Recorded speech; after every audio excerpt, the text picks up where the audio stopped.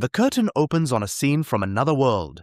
A forest unlike any forest we know. Its colors are strange and its trees are gigantic. Amidst this silence, a non-human creature walks. Its steps are measured. Wahbatu is filling it. This place is the guardian of the forest. One of the ancient golem lineage. Its sole mission is to protect and ensure the continuation of the forest's life cycle. It is merely a silent observer, witnessing life and death, forbidden to interfere so as not to disrupt the sacred balance. The known life cycle of the golem is exactly 1,000 years. And then his existence ends, and he merges with the forest soil, passing the torch to the next to continue the eternal chain. This is their ultimate purpose, but on a certain day, different from the days before, he receives a signal from a wildcat, and for the first time in his history, he encounters a completely different form of life. I can be Daidiria, a human child sitting alone, innocent and weak, with a natural instinctive appearance. This child looks at the golem and calls him Papa.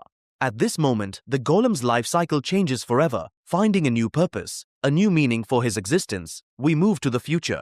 This girl grew up and became able to move and explore. This is thanks to the golem's care for her, who also named her Somali. In a scene, we find Somali separated from him while chasing a rabbit, and the golem calls out to her, telling her that they shouldn't be separated on their journey. By chance, they reach the city and enter it, which is like any ordinary city. But the difference is that there isn't a single human, and the golem looks around and says to himself, since the city is full of these people, there must be a bigger danger, like they're running away from something. Then Somali gets hungry, so they go to eat from the city's food, which Somali finds very strange and is disgusted by, but she has to eat, and she kindly invites the golem to eat. Here we learn that golems live on oxygen, sunlight, and water only. The waiter in the restaurant hears him along with those around him, and they are amazed because they have never seen a golem before. It's their first time. What's even stranger is that he is with a child, and they ask him about her. The golem, who had prepared himself for these moments, tells them she is of the Minotaur race and that what she has is just a garment. The waiter asks about their presence and departure. The golem tells him that he is searching for humans. This word catches the attention of everyone in the restaurant, and they say they have never seen humans before. One person mentions that humans were sold in the market recently. To them, humans are just a meal, and someone loudly wishes they could eat a human. And a third person asks what happened to the humans, so the waiter excuses himself and tells the story, saying that a long time ago, monsters and humans lived together, each in their own affairs, until one day, a human explorer reached them and began interacting with them. But in a short time, humans began to describe them negatively and badly, and these feelings of hatred spread like wildfire. Conflicts arose between the two sides until the Great War broke out. Because of this war, the monsters separated from humans and built a distant and peaceful world for themselves. At night, they stay in a room. Despite Somali's happiness with the new place, the golem remains calm as usual, a being without emotions. While she's playing, the fake horn on her head breaks and the golem fixes it in seconds. But suddenly, he senses a strange movement, so he quiets Somali and discovers that he is just an ordinary person. Okay. Somali sleeps and sees the golem's hand damaged. Something seems wrong. With this honesty, they go to the market to get supplies for their journey. The golem stops at a merchant and tries to sell stones at an inflated price, so he uses his eye to reveal the merchant's deceit. At that moment, Somali runs after a cat and the golem doesn't notice her. When he finishes, he realizes the disaster that happened and that he lost her again. Somali keeps walking after the cat far away, not sensing any problem, and the cat gets bored and tries to lose her. And on the other side, the golem uses his strength and the animals to find Somali. We continue with Somali, who reaches a small empty square with an unnatural number of crows. The cat comes behind them. It wasn't an ordinary cat because it talks and tells her that it thought she would give up and that it would have felt guilty if it were the reason she got lost. The cat asks her why she is here and tells her that her scent is familiar. A very appetizing smell. She looks at Somali with a terrifying gaze. At that moment, the golem arrives to take her and the cat gets scared. Somali is happy with her father, the golem, being there because she was sure he would come. The cat returns to the restaurant and tells what happened, saying that the golem was extremely terrifying and that the reason he acted that way was the child's lovely scent. The restaurant owners scold him for thinking about eating her. We see Somali and the golem outside the city walking, and the golem is reassured that she is fine. And Somali asks him how he found her location. He tells her that he knows her behavior over time and observes it. Even though he doesn't understand emotions, he analyzes them and punishes her by keeping her with him all the time. He extends his hand for her to hold and she doesn't move away from him without his permission. We continue their journey and morning comes. The golem has set up a tent equipped with everything. He also lit a fire and checks his hand, and we find that he has fixed it. But the repair doesn't work because some parts keep falling off. Somali wakes up and sees the most beautiful sunrise of her life. We see Somali at the lake catching fish with her hands for breakfast, and the golem gets up to prepare the food and shows her how to start a fire using certain stones. She wants to try, but he refuses for safety reasons. He tells her they will gather plants until the fire calms down a bit. And when they go to gather plants, we notice that someone is watching them and smiling. Somali goes to eat, and at that moment, 2 horned rabbits come to her, and she catches one, feeling extremely happy. The golem learns from them that they are in a city outside the forest. Somali runs after the rabbit but falls and gets injured, and the golem tries to treat her but doesn't know how. Suddenly, the person who was watching them appears and calls out. If anyone needs any medicine, we find out he is from the Oni clan and his name is Shizuno. He takes out an ointment because his profession is a healer and treats her, but he tells her that the wound still needs care and that they still need to go to his house. Shizuno takes advantage of the situation to see more of the golem's body, and we see Shizuno's house in the forest. This is because he always needs herbs. When someone named Yabashira enters, he throws fruit at him because Shizuno is not organized. Shizuno treats her, and Somali gets better than before.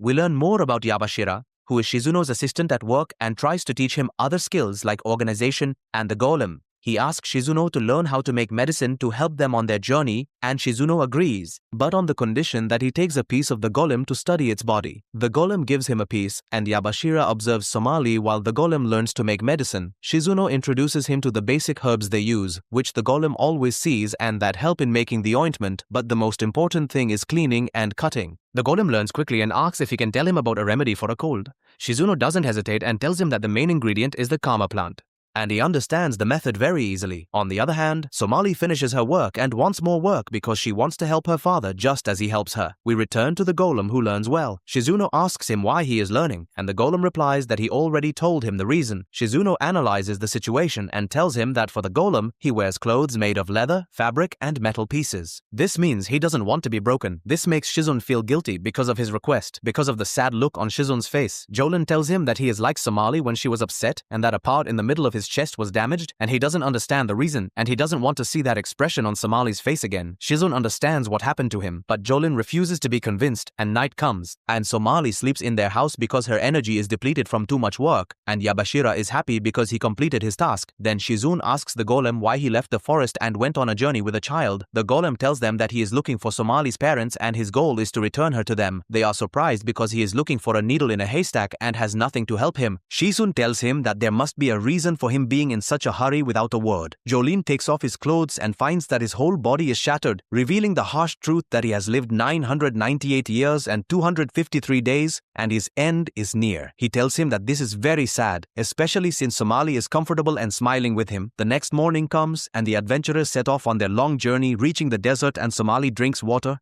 But she still feels hungry and decides to eat from the smell of Yabashira's sweets to feel full. And of course, this logic doesn't make sense to the golem, whose main focus was to find a village and walk a bit in this scorching sun. Somali gets tired quickly, but the golem reassures her that they are finally close to reaching the city called Ant Pit. We learn that it has a very famous market and got its name because its streets twist like an ant colony, and he scares Somali by telling her that if she gets lost, she'll be lost forever. And then when the Jolines go to sell their belongings, Somali can't believe she disobeys his words and starts running, amazed by the city's appearance and the floating lamps in the air.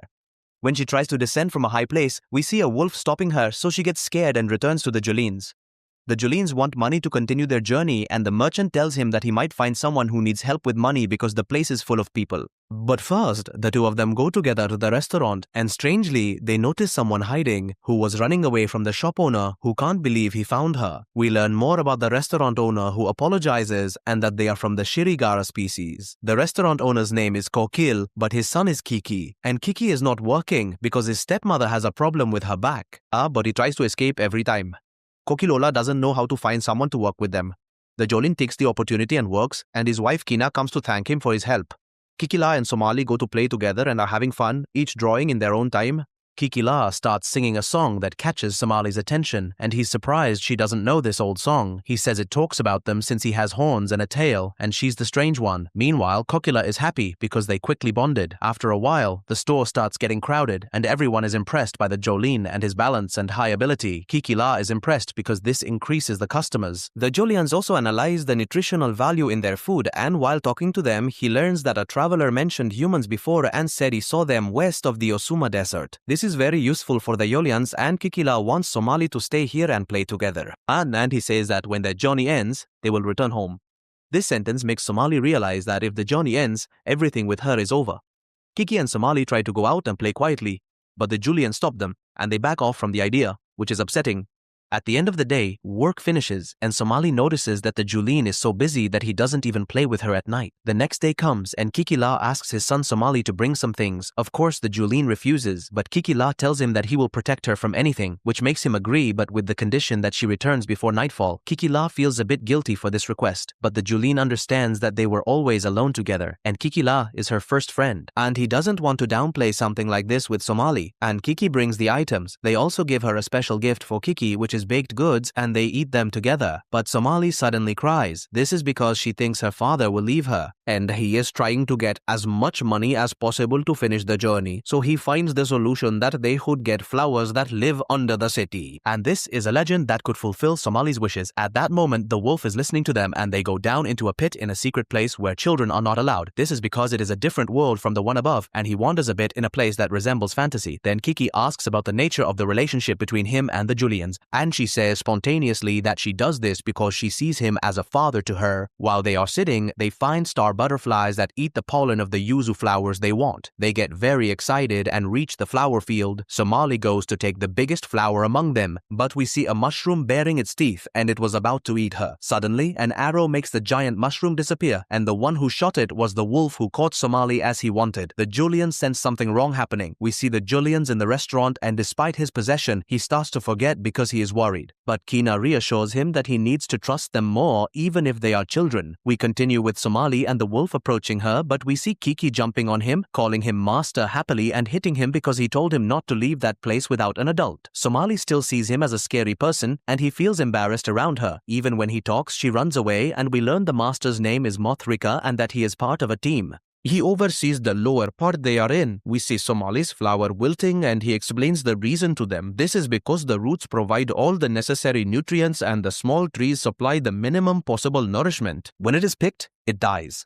Kikla tries to go to the place with a bigger tree, but Mothrika stops him because it is not a place for children and orders them to return to the surface. However, Somali insists in front of him, even though Mothrika's team hasn't explored the whole world, which is a big risk for them, but she continues with her persistence, and he can't refuse her request, so he tells her to follow him. They walk a bit, and he tells them a story that happened to them when he was with a group of scientists who encountered a strong tree. And its flowers are supposed to be strong. They are impressed by his words. Somali also calls him teacher, and they reach the river. Mothrika crosses it easily, and Somali tries to cross but almost falls. Mothrika catches her in the end and is pleased with her determination. They finally reach the place, and Kiki gets excited, takes Somali's hand, and they jump down onto the mushrooms. Somali sees the tree and is amazed by its beauty and its flowers. On the other side, Methraka descends with a rope to return, but then we see something moving, and Methraka orders them to go back immediately as a giant lizard appears in front of them. Kiki stands in front of Somali to protect her, and she naively asks the monster to let her pass with the flowers to fulfill her wish. Somehow the monster understands her words and leaves them because she is a mother at heart and tells them about the lizard, that it is one of the tree's masters. Since it left them, it means Somali's wish will come true, and their adventure ends as they return to the restaurant. Of course, they are very late, and of course the golem scolds her for not following his instructions. He tells her that if she continues like this, he won't be able to travel with her again. She leaves the flower and goes up to her room. Muthrika talks and tells the golem that he is stubborn and tells him about the legend of the flower, and that she believed in something like this, and that she wants to stay with him forever. She tried to fulfill this wish in any way and took this flower deservedly. He leaves the flower for him and tells him that as a real father, he should not instill fear in the hearts of his children. Mithraka leaves, and Kiki hears something strange from Somali's room and gets startled. We find out that she is sick and has a fever, and there is no suitable medicine for her in this situation. He takes medicine and food to her, but she refuses all of it. And when she tries, she can't, because she feels nauseous. The golem rushes quickly to buy medicine without thinking. He knocks on a merchant he had spoken to and tells him he wants medicine for all the clans. The merchant says it is available, but unfortunately, it is very expensive because its ingredients are rare. But the golem doesn't care and offers him all the money he has in exchange for saving Somali. He doesn't delay and returns with medicine for Somali, treating her calmly so she can eat and get better. We see that Kiki is asleep from exhaustion on the bed, reassured that Somali has improved. And Koki is also happy that she has improved, and the golem blames himself because he was focused on collecting money and finishing the journey, not paying attention to Somali's changes at all, and he asks her to forgive him. Koki notices that the golem is keen to be the perfect father and understands that there's nothing in that name. He even admits that he makes mistakes, like getting angry or leaving Kiki to cry.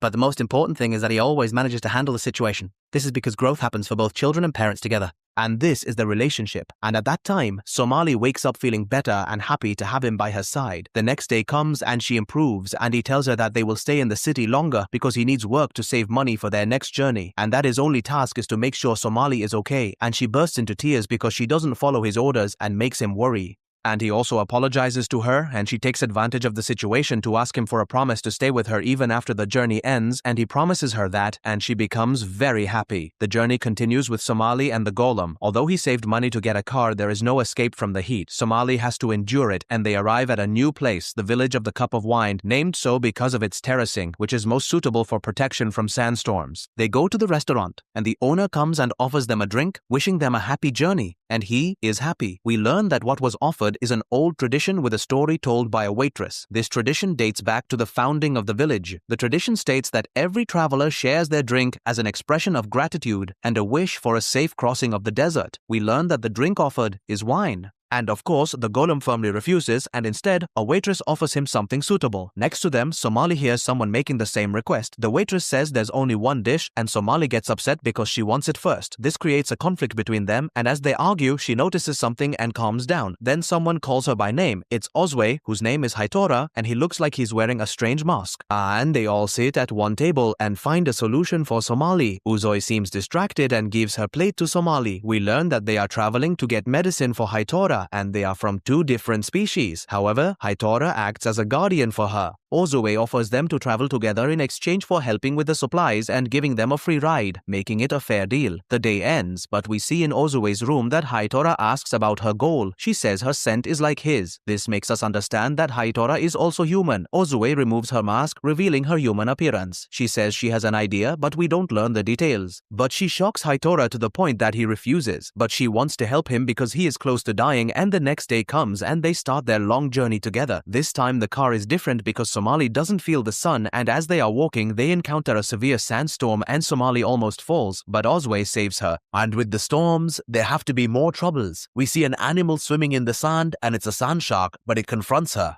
He manages to distract her and they need to move quickly before she returns. But after a bit of running, the car suddenly gets stuck in the sand. A giant peaceful turtle emerges beside them and they decide to rest a bit and cook the cactus. And then they continue their journey. The sun is about to set and the temperature is dropping, so Ozwe prepares a lamp to help them see. Inside the lamp, there is a crystal stone from the caves and it makes a sound because it interacts with nearby crystals. The closer they get to the caves, the louder the ringing sound becomes. They go to one of the caves to spend the night. Somali and Uzo's task is to secure a light source for themselves, and they have cages to catch glowing insects. Uzo talks about Haitora and how they travel to many different places. Uzo asks about the nature of the relationship between Somali and the golem because he is not her real father. But her usual response is that he is her father as she sees it. And Somali reflects the super question about her, and we learn that in her tribe, women are the ones who raise the children and they don't have fathers. Also, for Uzoi, she knows from Haitora that her mother died due to illness, but she has moved past it because it happened very early when she was young, and Haitora is always by her side, so she doesn't feel lonely. Somali gets emotional and says that this is the same thing happening to her. On the other hand, we see the golem talking to Haitor about whether he has heard of humans existing west of the desert, but Haitor hasn't heard anything and asks him if his search for humans is related to Somali. However, the golem can't clarify, and both Ozu and Somali go to a water spring to fetch some. But as Ozu is walking, we see her looking as if she's about to execute her plan, but due to Haitor's fatigue, he stops her and they gather the water. Somali notices that the path they are on is not the same one that leads to the tent, and Uzo jumps on her and sees her head. On the other side, we see Haitor asking if Somali is human, which shocks the golem, and Haitor admits that he is human too and asks him to stop Uzo.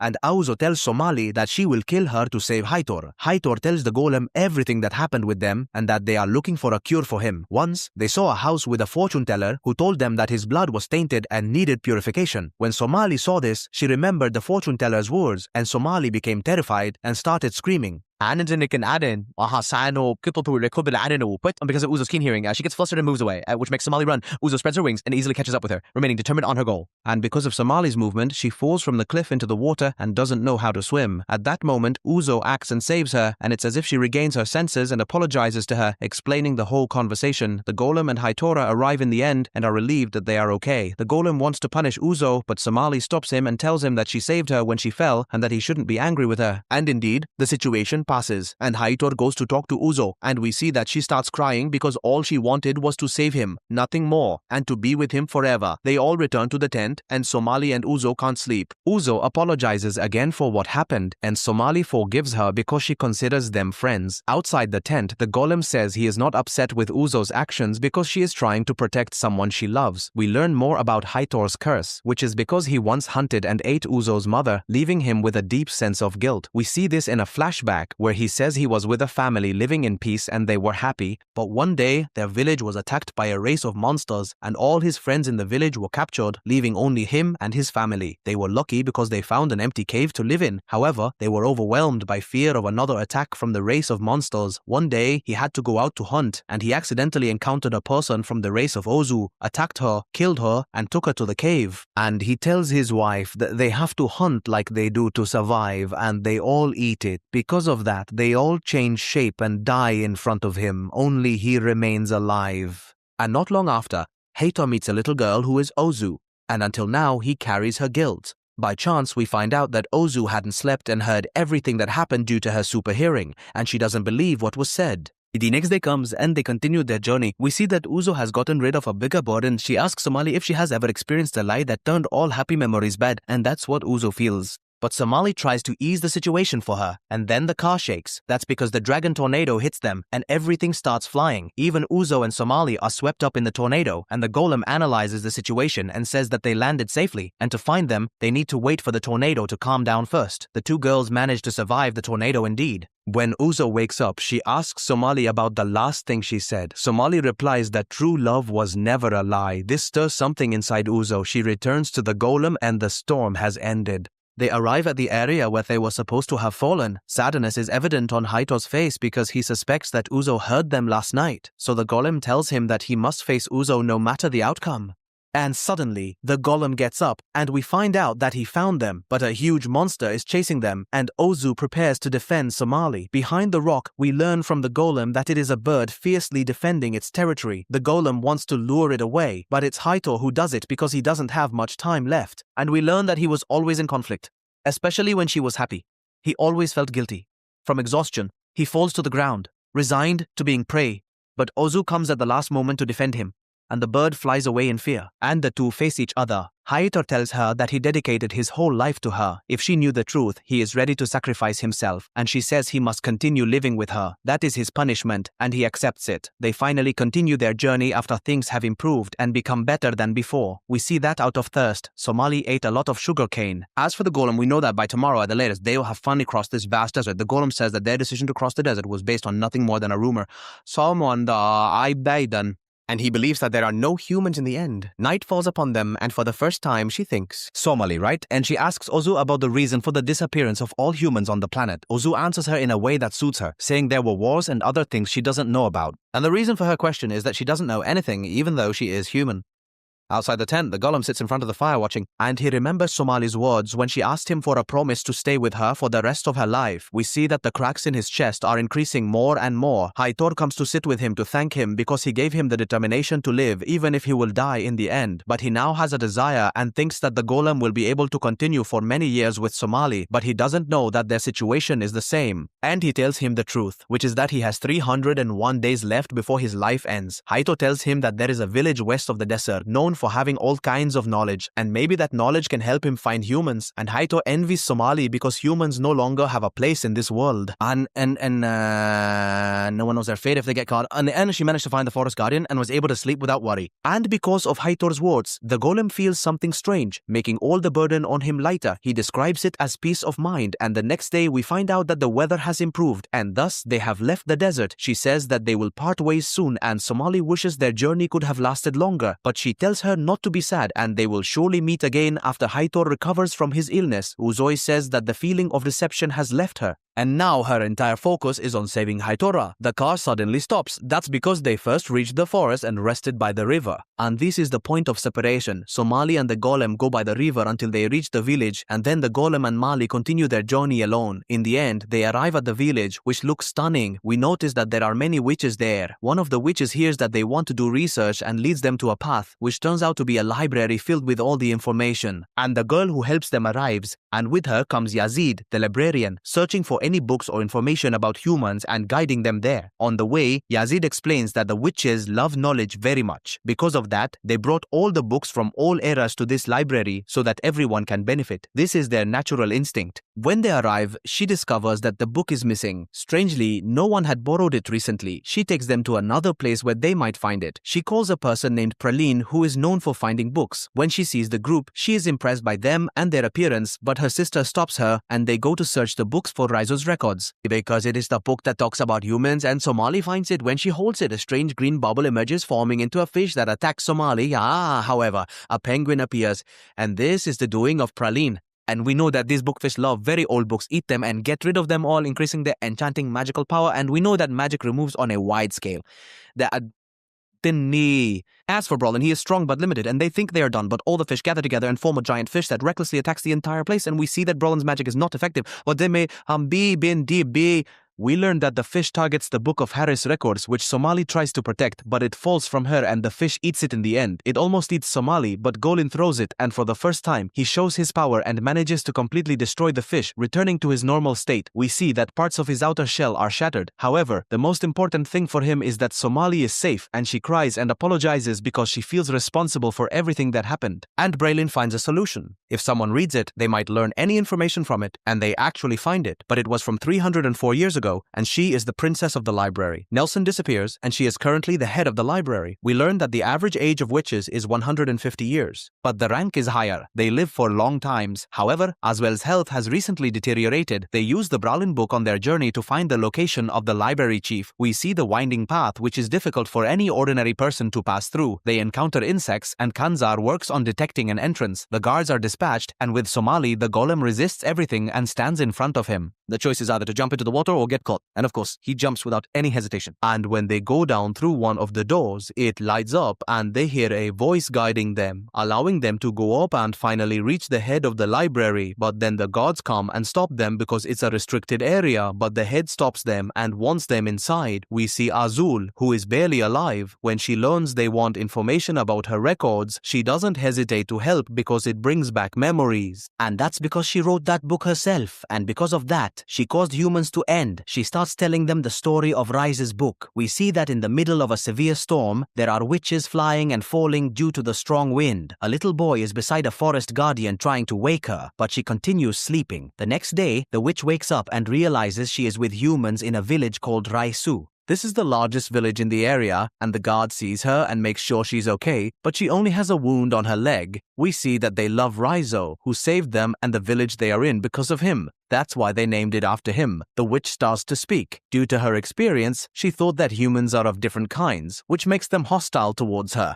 But Rais saves the situation and tells them that she is an ordinary human like them, and the people leave. The witch asks Raisu about what happened with the people a little while ago, and he tells her that they just have a fear of the unknown. He explains to her that they are nothing more than weak people. When they encounter something different and unexpected, they feel the need to eliminate it in any way. Raisu reassures her that he will always protect her from anything. When the witch cries, he tells her that golems don't have feelings to begin with. We learn the witch's name is Fyodora. We see her standing in her role, observing human behavior, and we see that she is trying to interact nicely with people, getting to know many children her age, forming relationships, and learning everything with humans. After a few days, we find out that her legs have improved and Raizo has checked the weather for her in case she returns to her homeland. It's better for her to take the morning air to know her way back home. She sits with Mia, who saved her, and Mia is upset because she is leaving and wants her to stay forever. While they are sitting, a loud bell rings. Mia says that one of the ugly ones appeared, and we see that they caught a speaking monster whose goal wasn't to harm humans, and they prepare their tools and kill it. In her role, she sees the truth about humans and takes her broom, waiting until morning, very scared, and everyone is looking for her, but Mia finds her and tries to bring her back, asking in her role if she were one of them, what would she do?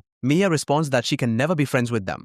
But strong winds come and knock Mia down, and they can't find a solution. She has to save Mia with her power, but in the end, no one accepts her presence.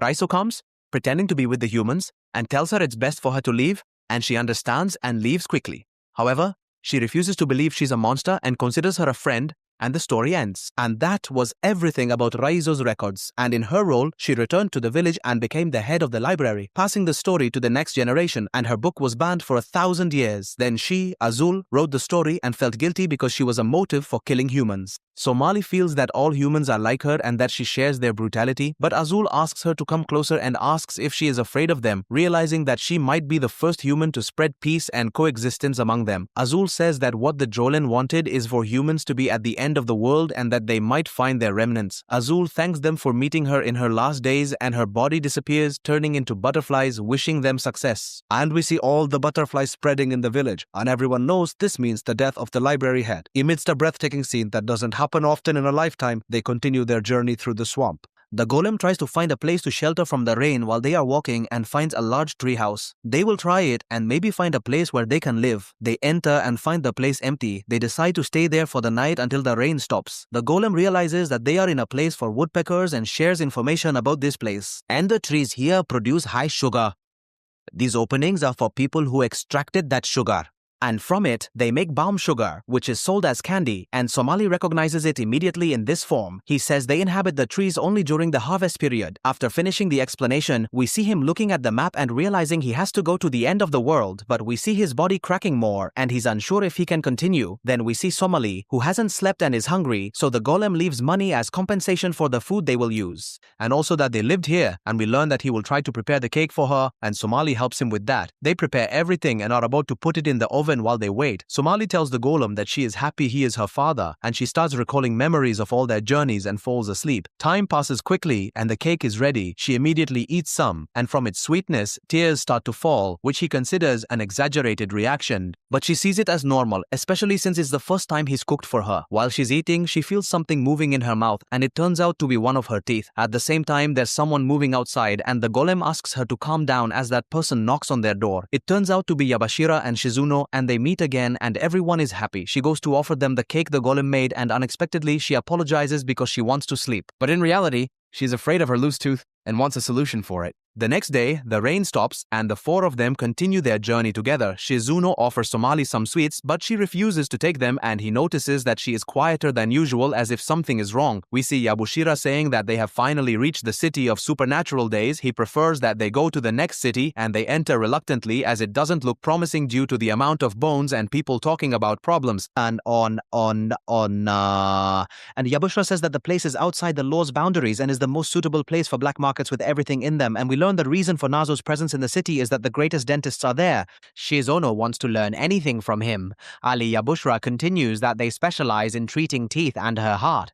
The golem hears this and that the damaged tooth is removed. This terrifies Somali a lot, and after a bit of searching, they find the place and the four of them enter. A voice comes from someone telling them to watch their steps, and it turns out to be a very small mouse. We learn that its name is Suwak. Their distinction in the dental profession is because they enter the mouth due to their very small size, which terrifies Somali even more. Who tells them that he will demonstrate his working method practically. We see that he secures himself well in the patient's mouth and Endas. This allows him to see the damage clearly and treat the damaged teeth at that time no matter what. Enda is the one who makes him extract the tooth if the patient delayed early detection. They finish with the golem, secure their place and go eat together. The golem asks Somali about her excessive calmness. And of course, it was noticed that there was something in her mouth, and at that time she was escaping and accidentally bumped into someone, and they took advantage of the situation and asked the golem for money. But the golem and Yashra handled them with strength, and one of them thought of taking Somali, but as she started to run, she fell on her face and her tooth fell out. She was very worried, and they went to Suwak, who reassured them that it was a temporary tooth and a better one would grow back. They walked outside because they needed a place to stay. But then a person who was looking for them shows up, and he looks terrifying, but it turns out he liked what they did and offers them a room for free in exchange for a small service, which is to be his personal guards during this snowy period, and they agree, of course, in the end. Also, their house is at the edge of the city in a quiet place, and Somali can't hold on and falls asleep immediately. And we see that Bashra has prepared breakfast for them to finish his task early and then goes to sleep for tomorrow's mission. Then we see the golem who asks about Somali, noting that she is human, and says he knows from her scent and the smell of her wound. He asks why he is her father. The golem replies that it was not something he chose, and since he saw her, he stopped being the forest guardian. We continue from the time of Somali and the golem's memory, and we see that she had shackles on her. One day, while the golem was on his usual mission, he found a completely destroyed carriage with everyone inside dead from all races, and he missed the atmosphere. The cat informs him that something unusual is happening. He goes to see the human, who is Somali, and as we know, the first thing she did when she saw him was call him Papa. This was the story the golem told she.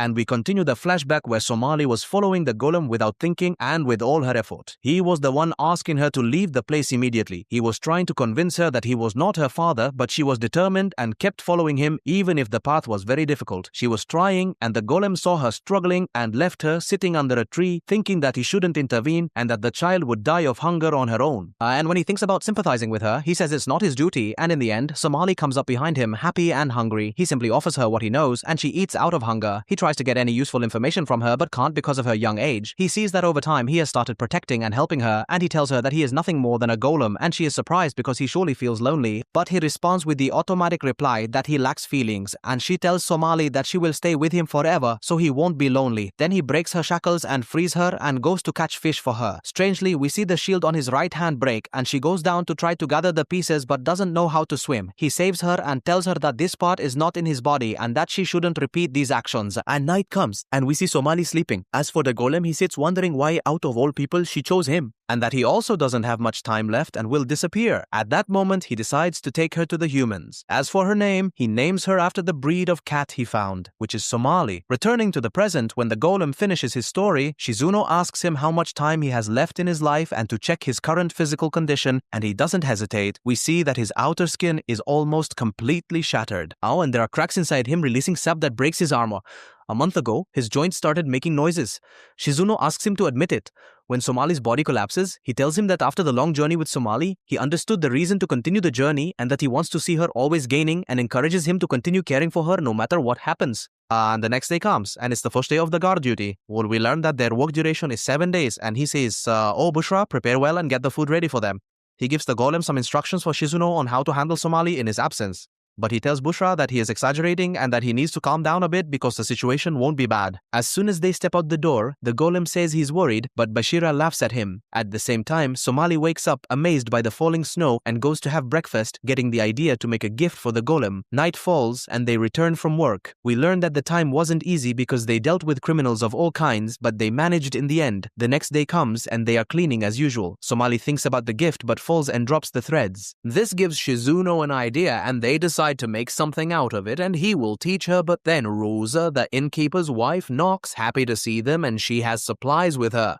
And she notices that they are trying to make a gift and suggests accessories to them, and she makes them which look impressive to them, and she is happy with them. Somali starts to show her the method, which is easy and simple, and when Rosa hugs her, she feels something strange. Even as she goes home, she keeps thinking a lot and suspiciously, and she goes to people who seem like bandits and tells them important information. And that the scent belonged to a human. We continue and see that the golem, Bushra, are resuming their work with enthusiasm and strength. Rosa comes out to talk to them and thanks them for helping her and her husband.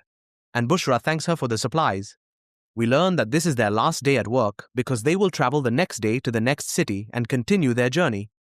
Rosa learns from them that they will head towards the Western Road, and she pretends to get more information and warns them about the road because it is full of thieves, and she helps them to take a different, safer route. And we return to Somali, who has learned to make accessories smoothly and made a large one that fits the golem's hand, and she is waiting for him to return to show it to him. On the other hand, we find out that the golem wants to get a gift for Somali that suits her. When they return, she presents her gift to him, and he also gives her his gift, which is a bracelet like hers, and he thanks her for her effort and puts it on her.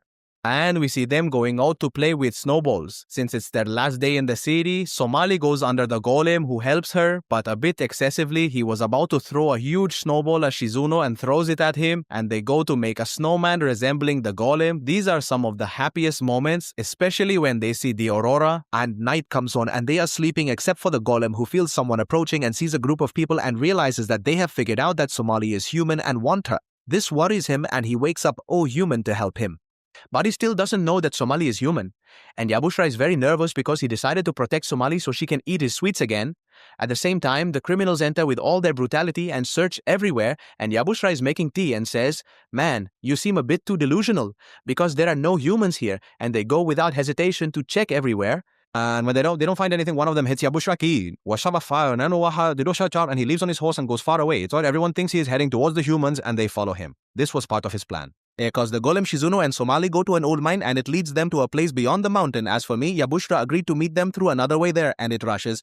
So Aire sei as cause. Somali is excited to meet Yabushra quickly. When Shizuno sees her smile, he understands the golem's feeling of wanting to protect her smile and they reach a railway track. This means they are getting closer. But unfortunately, the golem realizes that they have been found and are approaching them. These are different from the ones they encountered before and they reach a dead end where crossing is difficult. The golem carries them both and descends into their pit. But he spreads his wings, which embed in the rock, and he escapes from that situation, saying that he has used up a lot of his strength and the creaking in his body is getting louder. He must resist. And at Yabushra, he manages to take down all the hunters around him. Yabushra realizes that something bad has happened and hopes they are okay, nothing more. We return to Somali and her companions who are climbing the stairs and find Rosa leading them. It's clear she is hiding her intentions and came to give them a new map and guide them to the exit that is closing on them because she wants Somali. She reveals her intention and the golem wants to get them out. But that will be at the expense of the time he has left. Rosa tells them that they will finish preparing soon. By the time they finish, she will tell them an old story from when she was young about a village near hers with humans. One day, a child was attacked by wild wolves. Someone from her village sacrificed himself, saved the child, and returned him to his family. But when the humans saw him, they killed him without hesitation. She says this is not the first time, and it has happened several times. And because of these problems, a war broke out between their race and the humans. Somali hears all this, and it makes her break down, unable to believe it. Rosa sings the song that Kiki sang before. At that time, human hunters arrive with their weapons, ready to cut down. Rosa says that because of everything humans have done, the monsters now hunt all humans indiscriminately. The gate opens and everyone is ready. We see Shizuno standing in front of the golem, maybe trying to stop them, but no one listens to him and they hit him to make him move away. The golem is able to use its power. When it does, its hand falls off and everyone mocks it. We see the golem's body refusing to respond to it and everyone prepares to cut it off. And suddenly, the golem rises in a terrifying manner. Everyone is scared. What will happen next? Stay tuned. We see that the golem has unleashed the power it was suppressing. And fireballs emerge from him, launching in random directions. Due to the force of the strike, he falls, but he gets up again, letting out an unusual roar, and everyone runs away from him, but he goes after them. Shizuno tries to understand what's happening and asks them to stop him. Rosa manages to escape, but not for long because he reaches her to the golem and throws. One of the hunters stands in front of Rosa, but Yabushra comes to her rescue and attacks Yabushra without hesitation, throwing him far away and continuing his mission to kill Rosa. However, Somali stands in front of her to protect her, confident that he won't harm her. And everyone is standing and waiting to see what will happen. And indeed, he does it and returns to his normal state. But then he collapses and falls to the ground, and the scene changes. We see in the forest the golem waking up, confused, with Somali on his stomach waiting for him, happy that he is okay, and everyone can't believe he is alive after what happened. He tries to comprehend the crime that occurred and goes to apologize to Yabushra for what he did to him. He also apologizes to Somali for making her scared, but she moves past the situation and gives him the bracelet she made for him because it fell off and she dyes it on his other hand. And they continue their journey. The golem says that he has lost a lot, especially the internal fluids inside him. He doesn't know how much time he has left and collapses. Night falls, and we see the golem still trying to adapt to his condition, feeling upset but trying to move past it. We see Somali and Shizuno, who have gathered a lot of fish to eat, finishing their meal, and we see Somali and Yabashira sleeping. As for Shizuno and the golem, they walk a bit by the river, and he tells him that he noticed his body is collapsing. The golem continues that after the incident, his hearing and sight have diminished, and his time is very near. He tells him there must be something he can do because he still has a long journey ahead. But the golem doesn't know because he resisted the environmental system in every way to stay with Somali. But in the end, he must leave her. Shizuno tells him that whatever his decision is, he will help him with it. He tells him to reconsider his decision carefully. The next day comes and we see that they have reached their next destination. The golem asks Somali to pull her coat further over her head. And we see celebrations happening in the city. The city is filled with people, and Somali is amazed by it. We learn that this celebration is part of the harvest festival. During this time, they offer a specific flower related to the festival to thank their deceased as a remembrance. Somali thinks they are ghosts and gets scared, and she sees the wind causing the flower to open and float in the air while glowing, and they continue walking through the festival. It is a day when Somali is allowed to celebrate and all her wishes are fulfilled. She notices that he is being extra kind to her. The show starts afterward, and Somali tries to watch them but can't, and Yabashra helps her. He uses this time to slip away from the place while she is distracted. The dictus and the tad. But after a little while, Somali notices that he has disappeared. Bushra is also surprised, but Shizuno, unlike them, has a look of sadness. He says to her audibly that it seems like this is his decision. He explains to them that he has left forever because of this word. Somali loses her balance and runs off to search for him in any way possible, even entering the forest alone. And we see the golem sitting in front of the lake, and Somali continues her search. Even though she falls, she insists on finding him, and she does. When she approaches him, he stops her and tells her that he can't continue the journey. But she interrupts him and goes to him, insisting that he promised her and that he must continue the journey with her. But he pushes her away and tells her that he is afraid of losing control and putting her in danger. And that's why they have to part ways now. But she insists on continuing with him because she will be alone otherwise. He tries to deny his emotions, but she knows he has feelings. She starts telling him all the things that prove the opposite of what he says, and that he has emotions. At that moment, we see all the flowers in the area bloom and actually fly. He realizes that he has emotions and a heart. A liquid in the form of a tear falls from him. He falls to his knees for the first time and embraces her. He wishes he could stay with her as a father for a longer time. Her words have changed his decision, that he will spend every moment with Somali forever, and they return to continue the festival together, and a smile is on Somali's face.